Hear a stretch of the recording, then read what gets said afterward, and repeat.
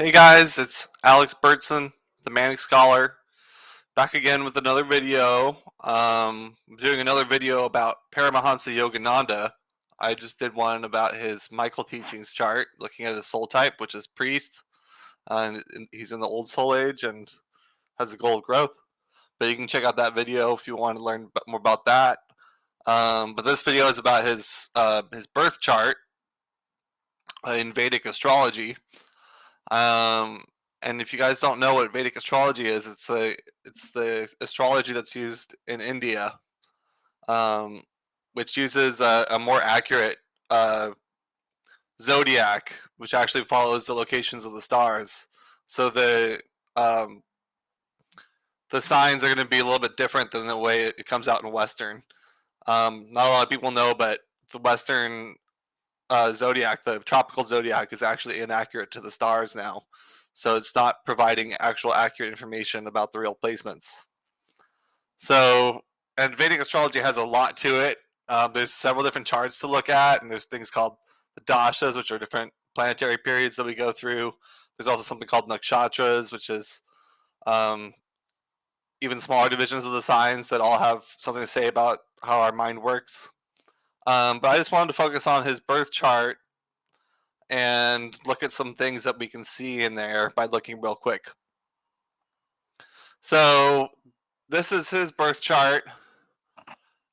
This diamond at the top is the first house, or the ascendant. The rising sign is always the ascendant.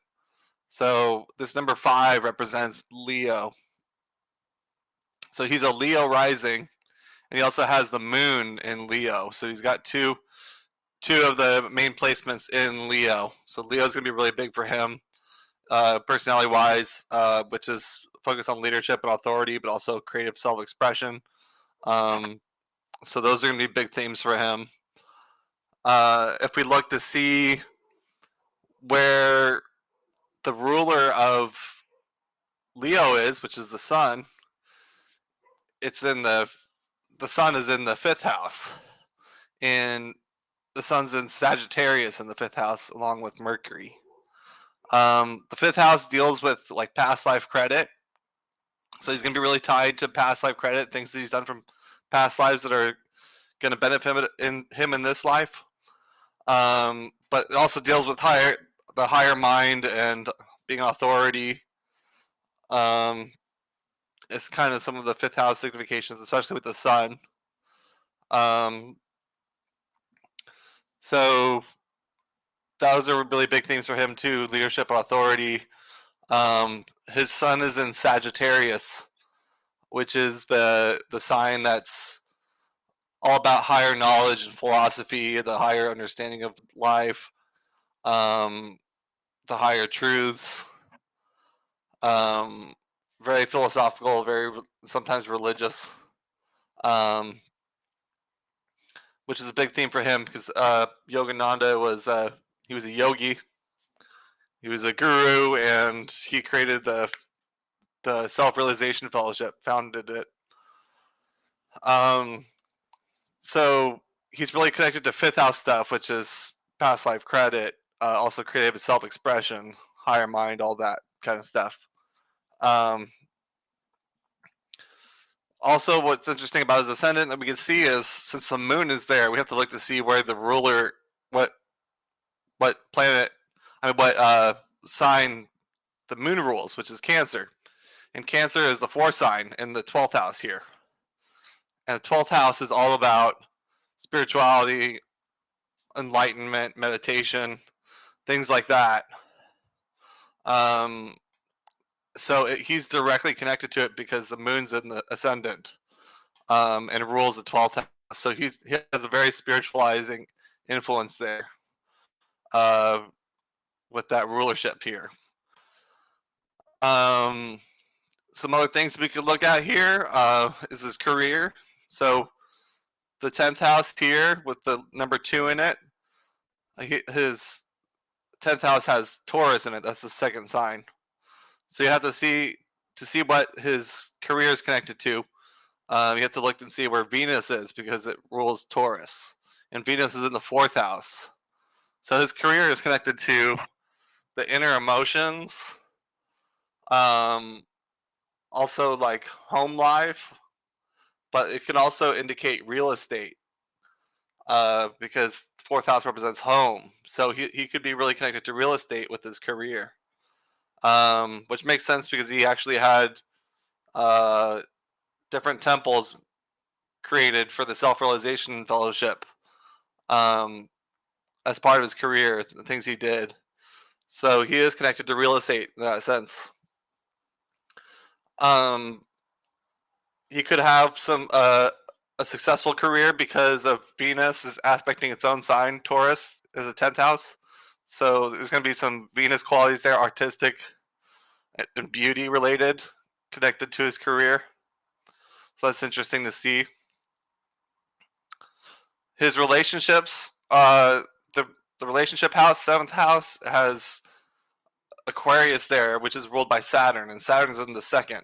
So that makes a connection between uh, partnerships and wealth. So maybe he gains wealth through the partnerships that he's in.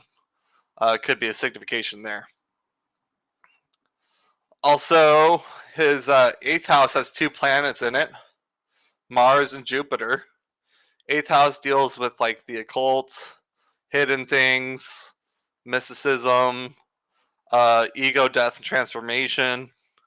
Also, research is a big aspect of that. Things that are hidden.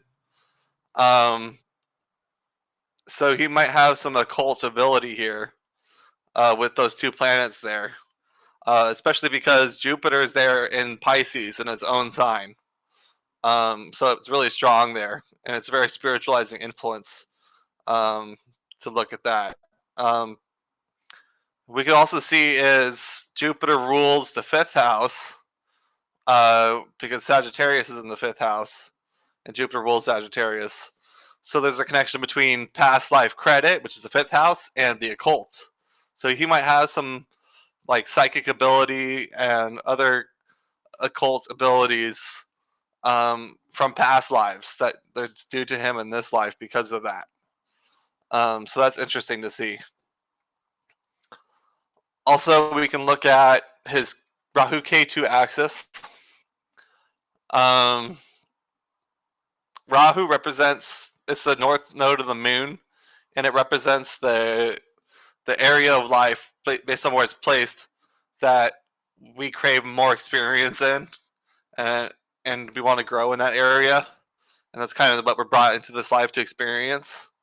While K2 shows where we were in past lives, and also shows a little bit of past life talent there, kind of past life focus, but it's also a spiritualizing influence.